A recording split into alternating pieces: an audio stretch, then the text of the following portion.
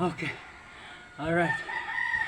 So ngayon, kwento ko naman sa inyo, share ko naman sa inyo kung bakit na mahalaga magkaroon kayo o bakit importante magkaroon kayo ng ganito. Okay, so sa pag-aaral natin ng martial arts, okay, tinuturuan tayo ng mga basic blockings, basic counter, basic kickings, basta yung mga tipong mga ganyan. Okay, paano mag-strike, paano mag-counter, yung mga tipong ganun. Pero pagdating sa realidad, doon natututunan natin yung mga basic. Pero pagdating sa realidad, sobrang ibang-iba.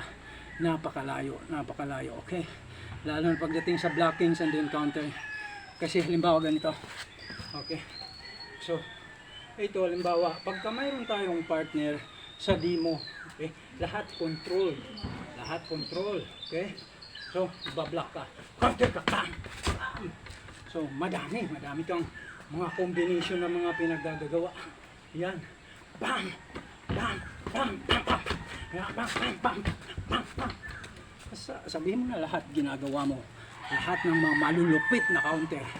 Siko, tuhod, yan, ulo. Pero pagdating sa realidad, ibang-iba.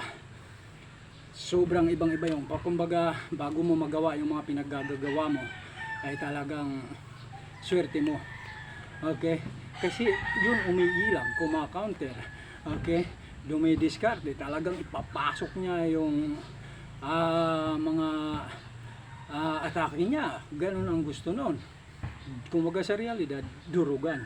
Kaya ang kailangan mo matutunan, lahat ng mga basic na inaaral mo, maiput into practice mo na pagdating pala sa totoo, ay napakalayo. Okay? Para kang umakyat ng bundok. Okay, madali lang yan. Oh.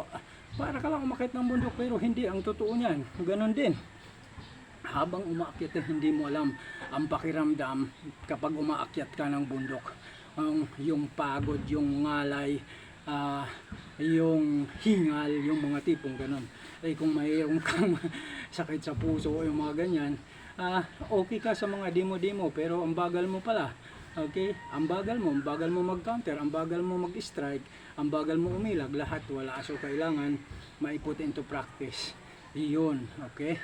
Ito ganun ang naidudulot nito. Tutulungan ka nito, tuturuan ka paano maging mabilis.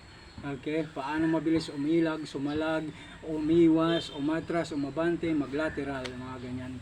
Kaya importante magkaroon kayo nito. Halimbawa sa pamalo, ayan, ay ang bibilis ng mga hindi kagaya pagka sa demo, pak, lahat ng klase ng palo magagawa mo. Pero dito, ito parang yung totoo na rin. May hirapan ka paano ilusot yung palo mo dahil umaatras, umaatake, ganun siya. Okay? So, sa susunod kwento ko sa inyo paano paggawa.